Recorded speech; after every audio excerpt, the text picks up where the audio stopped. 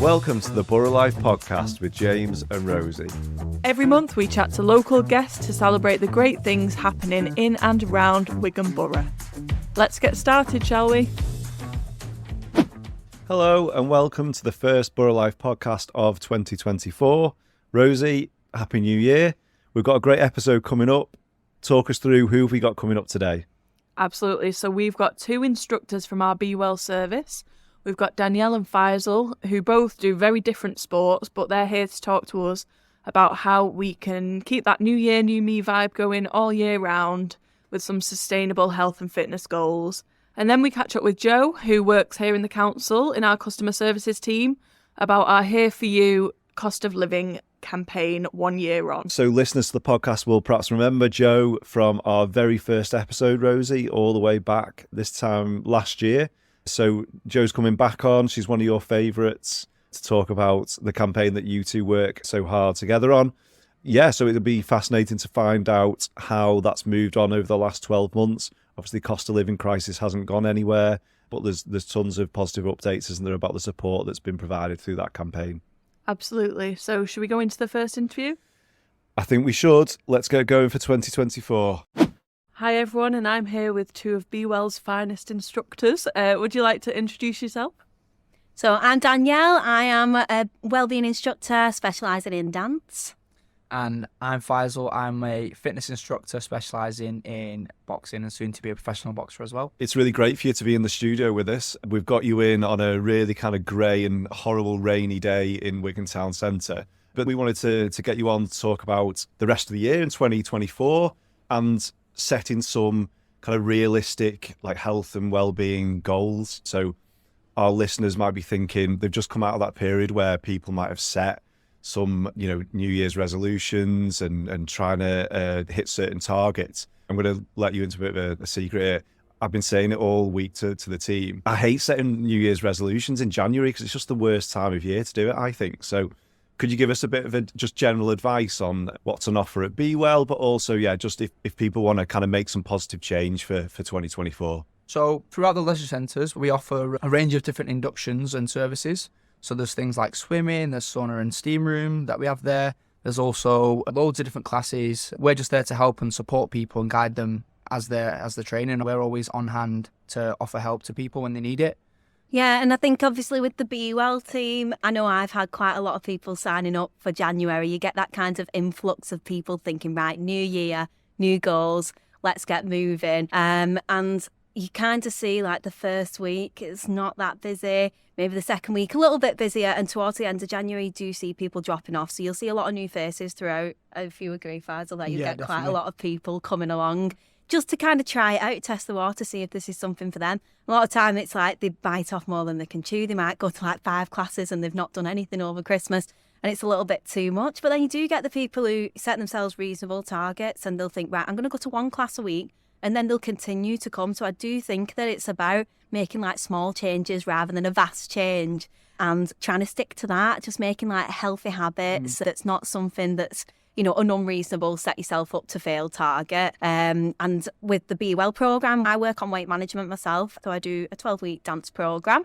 So they'll come along to me for the 12 weeks. And I do sometimes get, a committed 12-week period of people attending. Especially in January, I do see some people come in and they might attend 1 class, they might attend 2, and that might be it.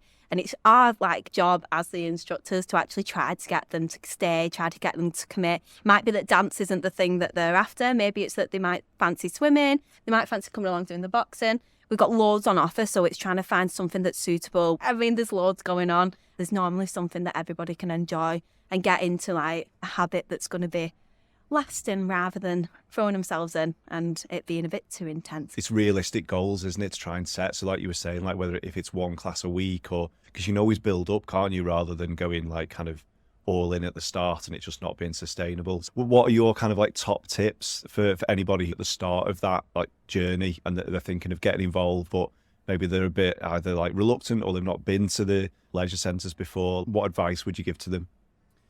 In December, it's a very heavy period where you're going to be eating a lot, you're going to be going out a lot, drinking a lot, and then people then feel maybe a little bit guilty that they want to straight away, when January comes, start on their fitness goals, and then they'll push themselves into 3-4 different classes. They'll come to the gym all the time, and then after the first week, they're completely burnt out. Their body is in bits, and then they're more likely to stop. Whereas if they came and spoke to us, and then we set themselves realistic goals, everyone's different, everyone has specific goals and needs, then we'd be able to advise them a lot better and then set themselves realistic goals that they're able to then maintain. And then it's all about progressive overload, where they progressively just get fitter and stronger and healthier. And then by the end of maybe 6 to 8 weeks, they're then able to do their own thing.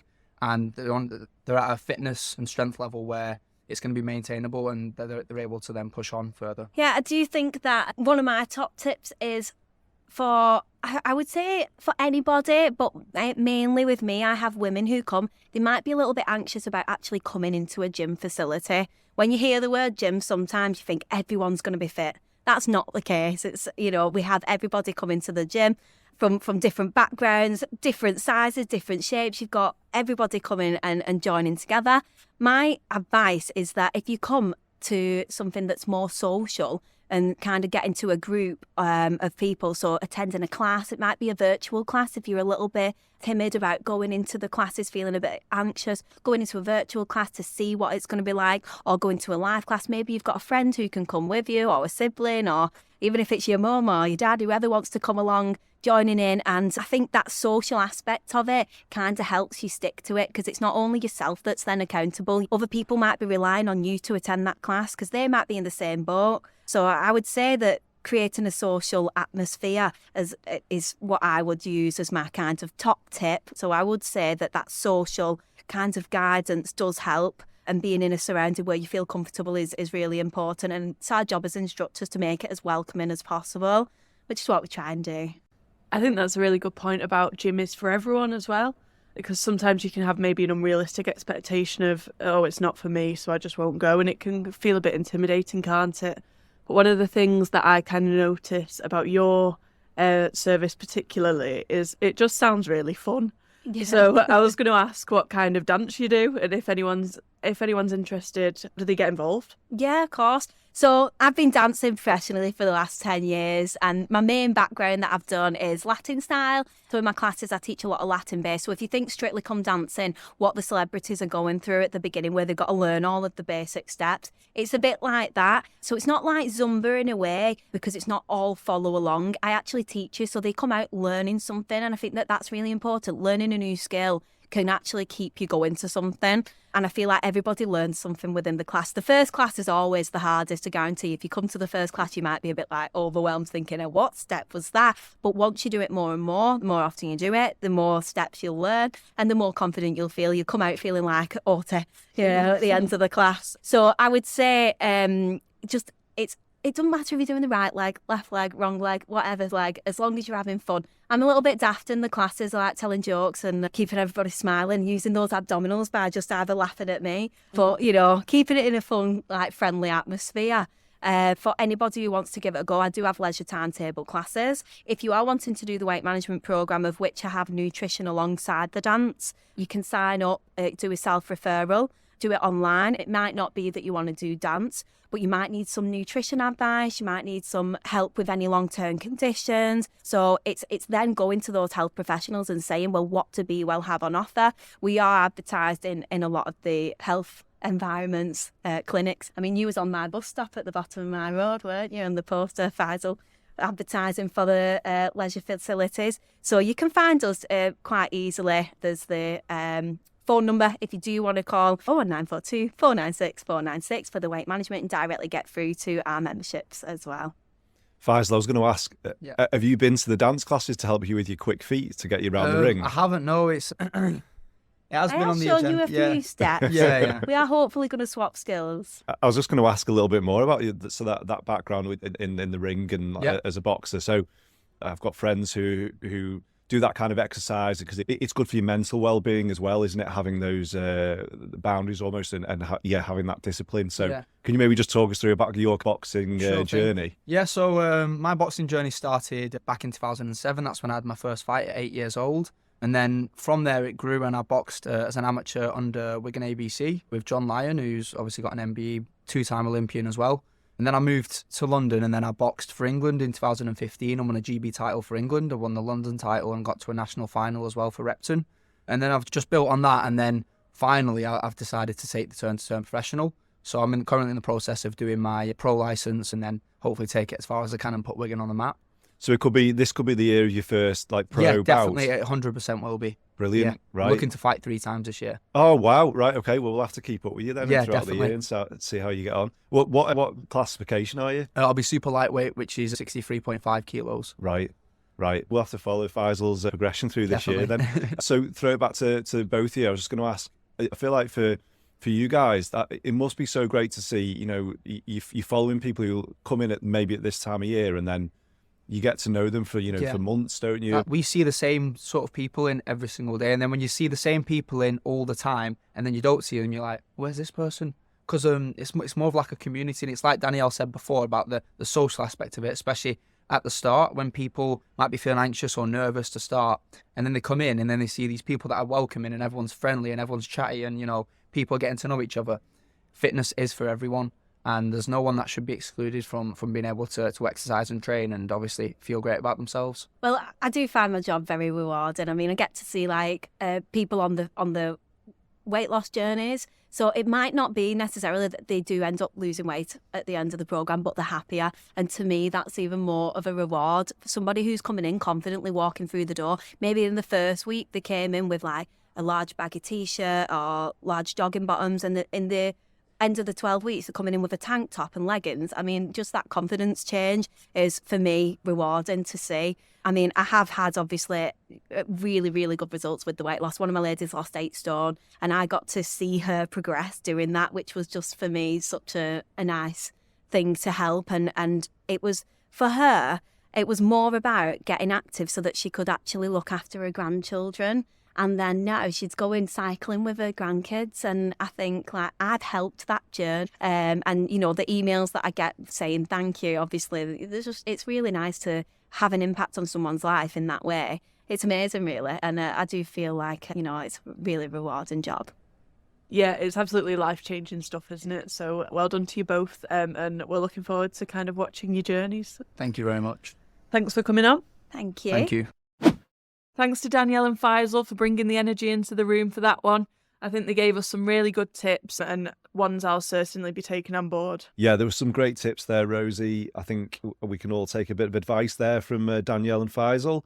And there's some great services on offer across the borough at our Be Well centres. And I've got a feeling that this next advert might be Be Well related. We'll be back after the ad with Joe Mitchell.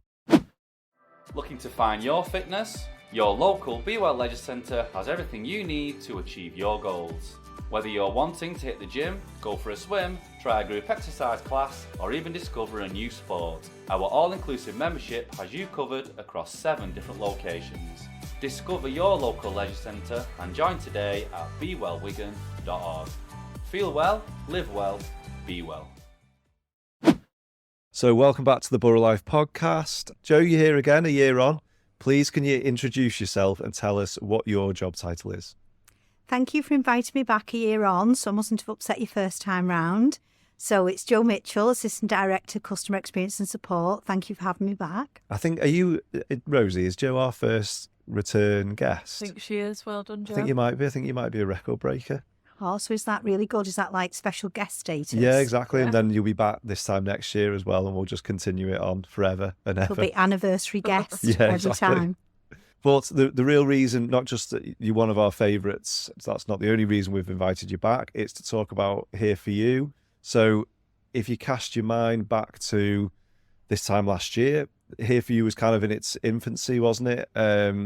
And it's still relevant today as it was back then, and the cost of living crisis hasn't left us, but there's been tons of progress, hasn't there, in Here For You? So please, could you just give us a bit of an overview?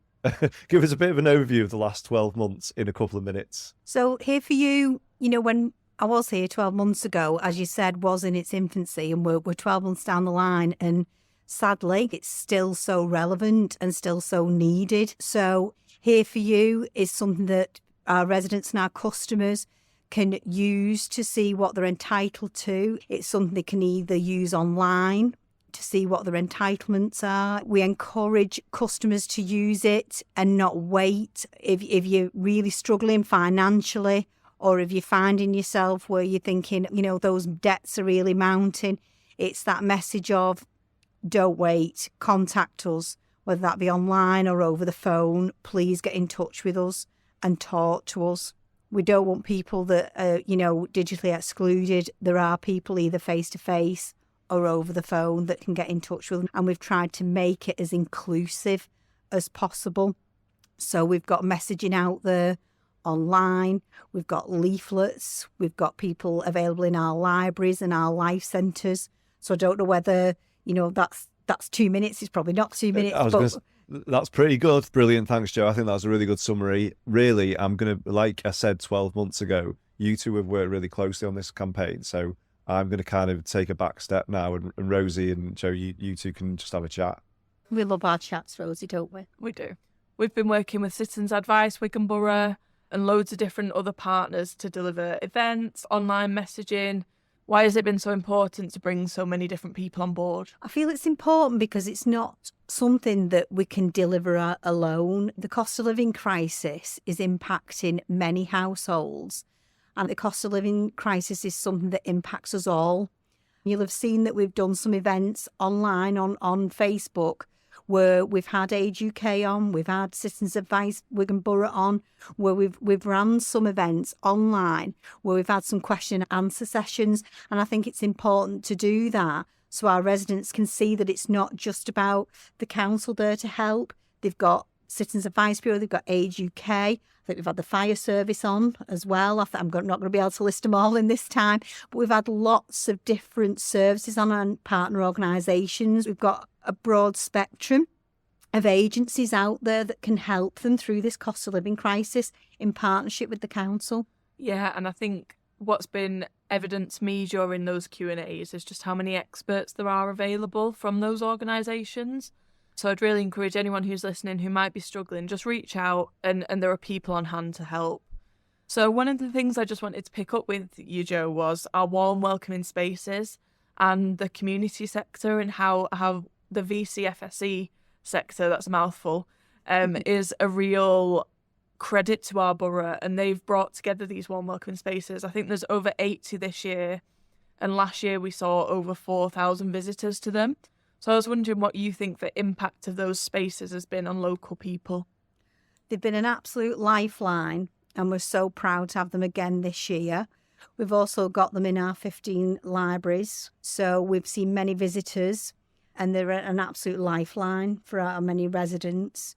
They're also for not just about keeping warm, because we've seen energy prices soar again, but also from a loneliness perspective. Again, they've just been fantastic. We've had a fantastic response from our voluntary sector. I actually was lucky enough to visit one of our warm welcoming spaces at St Jude's in Poolstock. I had the best day ever. It was a lovely kind of community atmosphere. Everyone was so welcoming. Obviously, it was in the name, but we were all having a brew. It was just before Christmas, so we were making some Advent wreaths. And what I really found special about the experience was there was one lady who couldn't make it on the week that I attended, and 20 people must have asked, "Where is she? Is she all right?" And I just thought that looking out for each other was really inspiring. That kind of sums up what it's all about. Definitely. I don't think many people realise as well that we have some at our leisure facilities. Our Be Well offer also has them. You can go into our leisure facilities for that warm welcoming space as well. Yeah, definitely. And I think, it's been a cold winter, but like you say, the key point there is that it's about community and meeting people and not being afraid to go and find some new people, because you will receive a warm welcome. Yeah. So thanks, Joe, for coming back on. I'm sure we'll see you again in the future on the podcast, but it's been brilliant to have you on. And thank you so much for inviting me for a second time. And I look forward to my third invite. Third time lucky. Thank you. So thanks, Joe, for that insight into Here For You cost of living campaign. As we said, Joe was our first guest, and here she is 12 months on, still working hard to help residents across our borough. Yeah, and I've got a bit of a quiz for you, Rosie, now. So first up, if people have heard about that Here For You campaign and want to access some of the services, where can they find a bit more info? So if you head to our website, wigan.gov.uk/Here For You, or if you don't have access to the internet, just head into one of our life centres or libraries, ask for help as soon as you can. and we'll be there to point you in the right direction. You don't have to go through it all alone. Second question, if anybody wants to know more about Borough Life, the magazine, Borough Life Plus, the podcast, go back and listen to a year's worth of episodes. Where do they do that, Rosie? It's a good job I know my links, isn't it? So head to wigan.gov.uk/Borough Life for the magazine, our Borough Life Plus pages. Or if you want to listen to the podcast or any of the episodes we've got in our back catalogue, just head to Spotify, Apple Music, Acast, all your major streaming platforms. I've always wanted to say that. And they'll all be there waiting for you. Thanks, Rosie. 2 from 2. Great answers. You passed the test. I'll see you back here for February's episode. Thanks, everyone, and we'll see you next time. Bye from me. See you next time.